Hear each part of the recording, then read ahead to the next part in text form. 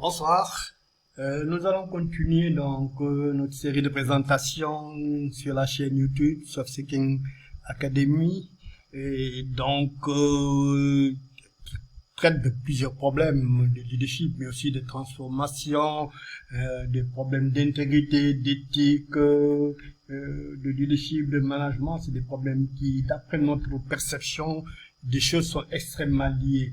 Et nous essayons de promouvoir cette approche systémique pour que les gens se rendent compte des liens qui existent entre ces concepts, entre ces pratiques. Aujourd'hui, nous allons introduire la série d'une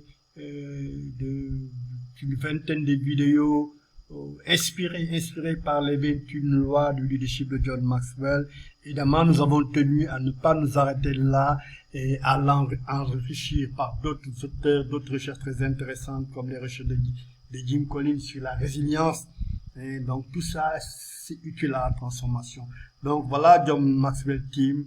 Et je suis un membre certifié de ce réseau qui est à Orlando et qui est très orienté vers le leadership. C'est son credo principal, même en tant qu'Africain. Et je comprends, je crois, les réalités de ma société et j'ai essayé d'agir tout ça avec des considérations qui sont endogènes à nos réalités. Évidemment, cette série de vidéos qui commence avec celle-ci a pour ambition de nous amener à nous poser des questions, à se poser des questions ou à poser des questions sur nous-mêmes. Et donc, je crois qu'une question importante que nous allons voir aujourd'hui, c'est combien d'obstacles doit-on lever pour devenir un bon leader? Comment on doit lever les obstacles? C'est cette réflexion que nous voulons susciter en vous et dans votre vie personnelle, professionnelle. On n'est pas leader comme ça, on le devient. Et pour le devenir, il y a toute une histoire, ce que John Maxwell appelle la loi du processus, que nous verrons dans une des séances à venir. Et donc, 3 objectifs au moins. Que pouvez-vous faire? Que puis-je faire pour devenir un bon leader, un meilleur leader? Et c'est lui qui prétend qu'il est un leader, qui veut me diriger, qui veut me conseiller. Est-ce qu'il fait cela? Ce que je vais découvrir. Est-ce qu'il peut donner la preuve qu'il l'a déjà fait? Et donc voilà des questions très importantes. Et au fond, qu'est-ce qu'un bon leader? Donc en fait, nous visons à vous éviter de considérer le fait d'être leader, le problème du leadership comme une chose facile, et comme quelque chose qu'on peut déduire comme ça, au vu d'un personnage ou à la lumière de ses promesses, ou de son physique, etc. Et donc voilà un peu le débat. Et c'est vrai qu'aujourd'hui, nous avons mis l'accent sur 2 auteurs, John Maxwell, Jim Collins, et peut-être notre bonne vieille sagesse africaine. Je me suis rendu compte qu'il y a tout un champ de recherche que vraiment des gens doivent prendre en charge. Et donc, parce que déjà dans cette sagesse africaine sénégalaise, nos proverbes, nos adages, je me suis rendu compte que beaucoup de choses que nous disons en matière de leadership a été déjà dit, par exemple, dans la sagesse Wolof. C'est peut-être la génération actuelle qui est en train d'oublier ça. Et donc, le leadership, c'est avant tout une question d'aptitude. Et d'aptitude à soulever, à lever. Et quelque chose de lourd, une chape de plomb qui est là. Et sorte de couvercle. John Maxwell l'appelle couvercle, d'où l'intitulé d'une de ses lois qu'il appelle la loi du couvercle. Cette aptitude détermine votre niveau d'efficacité.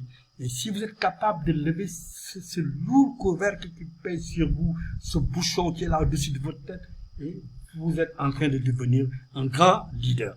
Donc, devenir un leader, c'est un apprentissage, c'est une volonté, c'est une résilience. Et donc, vous devez chercher chez la personne que vous considérez comme leader, est-ce que ces conditions sont remplies? Vous devez également vous poser la question, si je veux devenir un grand leader, est-ce que je suis dans cet apprentissage-là pour devenir ce leader qui sait faire face à ces obstacles, qui sait les lever, etc. Nous verrons que ce n'est que l'une des premières lois, et qu'il y a beaucoup d'autres lois. Ici, nous avons les GMTEs de Orlando, où l'on réfléchit beaucoup sur ces questions de leadership au niveau mondial. Et quand j'étais certifié, on avait 1500, vers les années 2015, je crois que bon, je suppose que maintenant, on est plus de 2000 probablement, parce que chaque année, il y a des vagues qui rentrent. Donc voilà un peu cette introduction. Pour aller un peu plus loin, je vais peut-être donner l'exemple du cas pratique. Donc on aime souvent donner, je m'excuse pour la coquille ici, les frères McDonald. Je crois que beaucoup d'entre vous connaissent McDonald's, les frères qui ont créé les sandwichs McDonald's, les McDo comme on dit, qui sont à chaque coin de rue dans beaucoup de pays. Et ils l'ont créé à partir de rien. C'était pour servir des repas aux gens qui travaillaient, qui s'arrêtaient un moment pour manger rapidement, qui n'avaient pas le temps. Mais c'est devenu tellement une entreprise à succès qu'ils ont voulu généraliser au niveau international, au niveau des États-Unis. Mais ils étaient incapables de le faire. Ils avaient la technique, la technologie. C'est comme un bon maçon, un bon cordonnier, un bon forgeron, je ne sais pas. Au fond, c'est des entrepreneurs. Mais passer de ce stade de l'entrepreneuriat individuel à la grande prise, c'est une autre affaire. Et donc, le savoir-faire est important. Mais là, cela ne suffit pas pour être un grand leader. Un grand entrepreneur ne garantit pas le fait d'être un grand leader. C'est un peu ça là. Ils ont eu l'idée de chercher quelqu'un. Peut-être qu'il y avait quelqu'un, et ils l'ont trouvé. Ils ont trouvé la personne de Ray Kroc, qui les a aidés à bâtir cet empire McDonald's que vous trouvez partout dans le monde aujourd'hui, sur ce qu'on appelle la franchise. Et Red Air est devenu l'un des grands actionnaires de cette affaire. Donc, déjà à ce stade, posez-vous la question, qu'est-ce qui fait que quelqu'un est un grand leader? Qu'est-ce qu'il doit faire pour le devenir? Quelle preuve il me donne qu'il est devenu, qu'il est en train de devenir? Qu'a-t-il fait dans sa vie professionnelle, etc. Et vous voyez les différences qu'il y a entre Ray Kroc et les frères McDonald. Je vous invite aussi à faire beaucoup de recherches sur Internet, vous verrez. C'est une histoire qui est largement racontée. Et donc, nous avons déjà lu des sacrifices pour soulever de tels obstacles. Et quels sont les sacrifices que vous êtes prêts à faire pour lever ce lourd couvercle? Faites cela par écrit, pas simplement par oral. Prenez le temps d'écrire cela par écrit, de réfléchir, de faire de l'introspection. Et qu'est-ce qui vous empêche d'aller de l'avant dans ce domaine, de franchir les prochaines étapes? Pour aller loin, il faut une personne capable de vous mener. Ou vous-même, vous avez fait tout ce qu'il faut pour y arriver. Et donc, vous devez aussi être capable d'influencer. La prochaine séance est consacrée à la loi de l'influence. Je vais pas insister là-dessus. Donc, de lever le couvercle, de lever les obstacles. Et donc, comment vous allez savoir qu'un leader a cette capacité? Il vous faut des preuves. Cherchez dans sa vie professionnelle, familiale, personnelle, son entourage, les gens qui l'ont connu, etc. C'est comme si vous deviez recruter quelqu'un.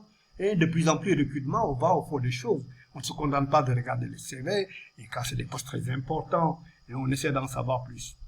Donc, regardez la vie personnelle, professionnelle, et demandez des preuves. Ah bon, vous dites que vous êtes sûr. Qu'est-ce que vous avez fait? Qu'est-ce que vous avez laissé? Quel est votre héritage déjà? La loi de l'héritage qu'on verra plus tard.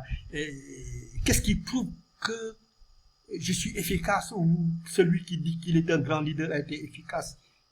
Quelles traces il laisse? Est-ce que je peux trouver des traces qui le prouvent? Qui sont les témoins? Qui peut en témoigner? Etc.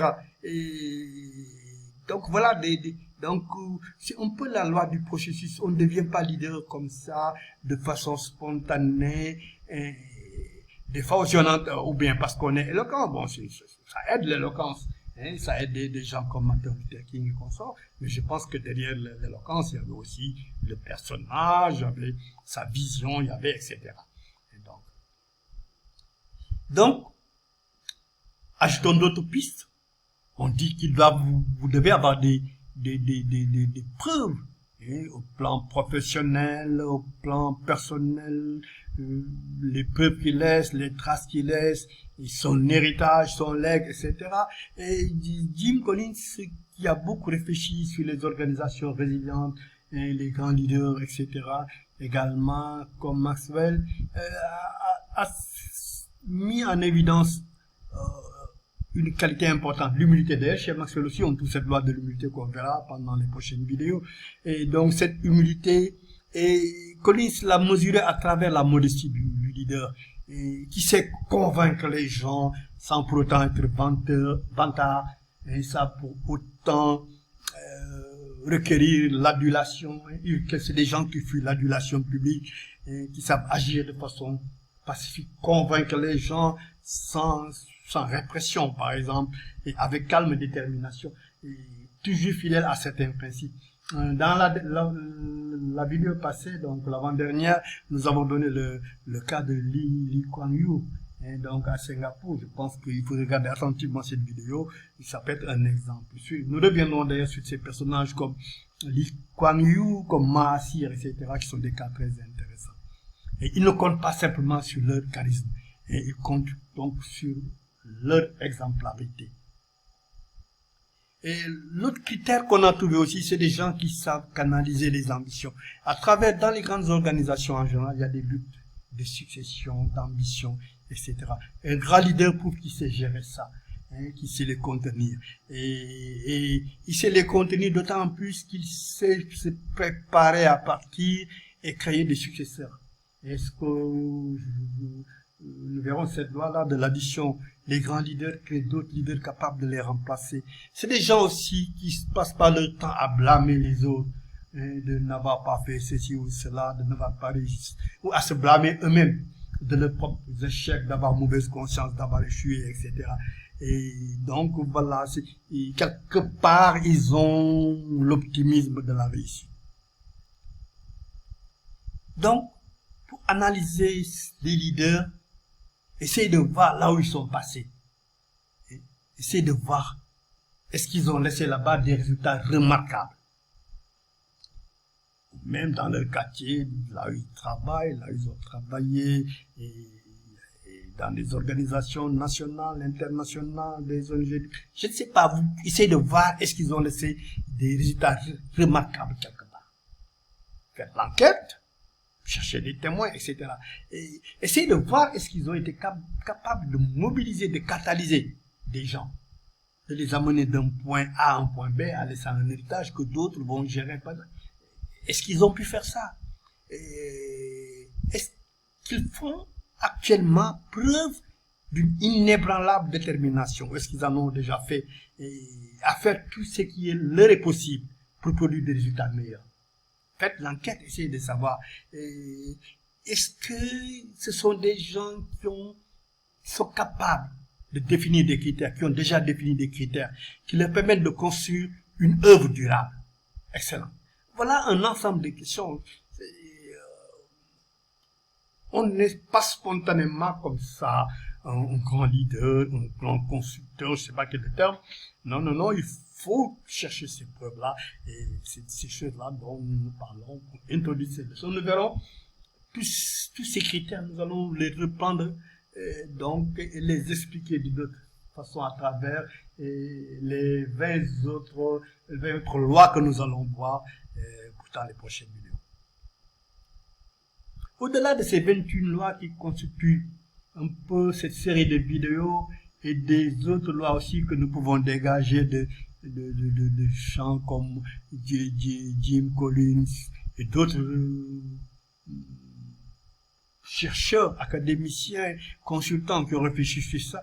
Je voudrais revenir un peu sur l'œuvre de Jim Collins qui distingue les 5 niveaux de leadership. Il distingue par exemple un niveau 1. Quelqu'un qui fait partie ou a fait partie d'individus capables et compétents, qui contribuent positivement. Et toujours la notion de contribution. Quelle est la contribution de monsieur leader?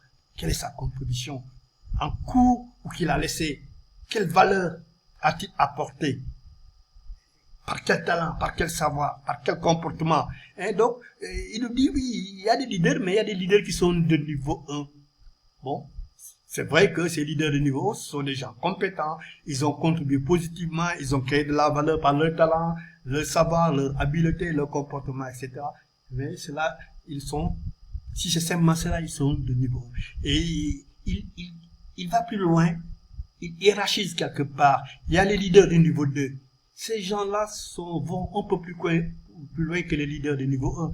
Et ils ont apporté des contributions en faveur des équipes qu'ils dirigent. Ils les aident à atteindre des objectifs, à réaliser des résultats, des objectifs, à travailler de façon efficace. On va là, ici, c'est presque des coachs, hein, c'est presque des leaders coachs et autour d'objectifs. C'est des leaders du niveau 2, c'est comme ça qu'ils les appellent. Et il dit oui, ok, c'est bien, mais il y a également le niveau 3. Hein, c'est quelqu'un qui sait organiser les gens et les autres catégories de ressources pour les amener à réaliser de façon efficace et efficiente les objectifs prédéterminés. Et il continue, donc son texte qui est très intéressant, qui est enseigné à travers le monde, les leaders du niveau 4, et c'est des leaders efficaces. Et ils catalysent. Si vous vous souvenez, je crois qu'il y a une vidéo où on parle des 5 A. Hein, il y avait le verbe aiguillonner, hein, le leader qui aiguillonne. Et donc, ces leaders de niveau 4, c'est quelqu'un qui catalyse l'engagement, hein, qui parvient à mobiliser les gens autour d'une vision claire, irrésistible. Les gens disent c'est une bonne vision, j'achète cette vision. C'est ça qu'il faut. Hein? Donc le message, la cohérence du projet, etc. Font que quelqu'un va se sentir vraiment motivé, va acheter le projet. Hein? Va acheter le projet. Donc c'est des gens capables de stimuler. Hein? De stimuler les gens à travers des normes de performance, de haute performance. Pour employer le terme de Charles Galfrid, haute performance. Et enfin, il nous parle des leaders de niveau 5. Et souvent, c'est des grands PDG, des CEO dont on parle au niveau mondial et qui ont créé une grande œuvre durable. Ça peut être aussi, pas simplement un investisseur, un homme d'affaires, ça peut être un politicien. Je pense que quand vous dites aux gens de Singapour, Lee Kuan Yew, mais c'est le père de la nation. C'est quelqu'un qui laisse un héritage qui est indestructible, hein, donc qui est là. Les gens disent que ce que nous sommes devenus aujourd'hui, c'est lui. C'est personne d'autre, c'est lui.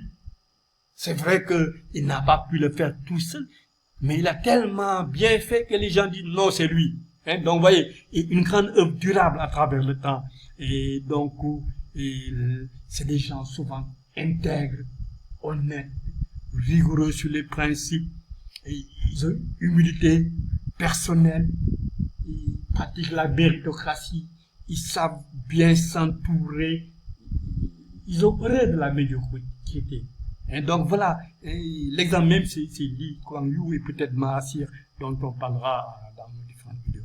Donc cette capacité du leader de soulever ce lourd couvercle qu'ont beaucoup d'entre nous tous sur notre chemin dans la vie, et de résister de façon durable, c'est un peu le secret de ces grands leaders transformationnels. Et ils sont comme ça, mais peut-être que leur éducation, peut-être qu'elle a eu son nez, peut-être que leur expérience de vie les a poussés à devenir, mais ils sont comme ça, ils sont comme ça. Ils ont une capacité de résistance prouvée, ils ont des capacités de rebondir, de transcender, ils travaillent pour laisser des traces, pour laisser un héritage. Et donc, voilà un peu des choses importantes sur lesquelles vous devez réfléchir. Et la question fondamentale, le qui est celui-là, qui est important. Posez-vous toujours la question du qui, pas seulement du pourquoi, mais du qui. Qui est ce leader capable de faire ce que je viens de dire, qui a cette capacité de résilience, qui a cette capacité de soulever le couvercle, et qui a les savoirs, les compétences, les techniques. Comment vous le savez? Est-ce que vous avez des critères? Où sont les preuves? Comment vous allez collecter des preuves? Vous devez commencer par régler cette problématique. Et si aujourd'hui on devait faire une étude sur un échantillon, par exemple on dit qu'on va prendre 10 000 personnes en Afrique, choisies de façon scientifique, selon des techniques de sondage et tout, c'est des critères qu'on peut mettre et faire ce genre d'enquête. Et c'est très intéressant. Mais comme disent l'adage Wolof, n'achetez pas un serpent dans son trou. Quelqu'un qui vous vend un serpent qui a court dans le trou, qui n'a pas attrapé, domestiqué, c'est pas comment on dit, et vous le payez à l'avance, bon, vous pouvez toujours le faire parce que vous croyez en lui. Mais c'est l'image qui compte. Il faut avoir des critères pour juger. Il faut avoir des critères pour juger. Il faut regarder les traces, il faut regarder l'héritage, il faut regarder ce que le gars a fait, qu'est-ce qu'il a laissé, etc. Vous aussi, vous devez vous imposer ces exigences. Et je veux laisser quelque chose, je veux laisser des traces, etc. Et pour se devenir ces grands leaders transformationnels. Nous avons vu la vidéo passée un exemple patent avec Singapour, nous allons continuer à avoir d'autres. Et je crois que même dans une des vidéos à venir, on va comparer Mahathir, le gars de Dubaï, le prince de Dubaï et d'un pli, hein, ça va être un exercice très intéressant. Et donc, il ne suffit pas d'avoir la capacité de lever les obstacles, de mettre fin aux paralysies et aux contraintes. Il faut être aussi influencé.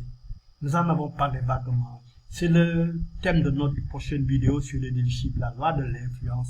Nous allons approfondir. Et là, évidemment, il faudra peut-être vous demander, est-ce que, en tant que leader, vous avez la preuve que vous êtes capable d'influencer les gens, d'influencer le destin. Si vous faites de la politique ou des choses comme ça, vous voulez diriger les gens, est-ce que vous êtes capable d'influencer un pays, d'influencer le destin des gens? Ça dépend de l'échelle. Je ne dis pas que ça se passe comme ça, hein, mais normalement ça devrait se passer comme ça. Hein, ça devrait se passer comme ça. Diriger pour diriger, il faut diriger ce qu'on peut diriger. Hein, il ne faut pas se créer des problèmes. Est-ce que là où je suis, qu'est-ce que je vais laisser comme un héritage? Est-ce que même je suis capable de laisser un héritage là-bas? Ou est-ce que simplement je suis un employé, un passager fugace qui va passer, c'est tout. Ça me suffit, je ne cherche pas autre chose. Il faut être, c'est de la responsabilité. Hein? C'est l'obligation de rendre compte à soi-même et avant de s'orienter. Est-ce que je suis en train de changer ou de transformer les choses? Ou est-ce que j'ai déjà changé ou transformé les choses là où je suis passé? Voilà des critères. C'est pas quel terme, quelque chose de vague, une promesse qu'on fait, c'est des choses il faut que ça soit vérifiable. Voilà. Donc voilà, un peu pour aujourd'hui, pour cette introduction à la série de thèmes sur le leadership. J'espère que ce sera passionnant. Si le temps le permet, on va faire beaucoup d'exercices. Sinon, sur nos différentes plateformes, vous trouverez des exercices détaillés. Et donc, on se prépare ensemble pour la prochaine loi, qui est la loi de l'influence, qui sera le thème de notre prochaine vidéo. Je m'appelle Abdou Karim Gueye, je suis un certificat speaker, teacher and coach chez John Maxwell Team à Orlando. Et donc, nous sommes au service de l'humanité pour aider le leadership à avancer. C'est un de nos objectifs et nous le faisons chacun là où il est. Et parfois même certains des membres de nos équipes le font en Amérique latine et ailleurs. Et donc, voilà un peu, j'espère que cette vidéo vous a plu. N'hésitez pas à commenter, rejoignez cette plateforme, c'est la plateforme de la transformation, du changement, du leadership, de la transparence, de l'intégrité, etc. pour les élites africaines, pour les Africains. Je vous remercie. N'oubliez pas de souscrire, hein, si c'est la première fois que vous voyez, et puis de venir, vous tombez sur nos vidéos. N'oubliez pas aussi de taper, je sais pas comment on dit, sur la cloche qui est en bas, et pour recevoir chaque fois qu'une nouvelle vidéo enregistrée, recevoir un message et qui vous avertit qu'Abdou Karim Gueye a donc mis en ligne une nouvelle vidéo. Donc merci, on est ensemble pour la transformation, pour le changement, pour l'intégrité, pour l'éthique et donc pour la transformation. Merci, à la prochaine vidéo. Bye.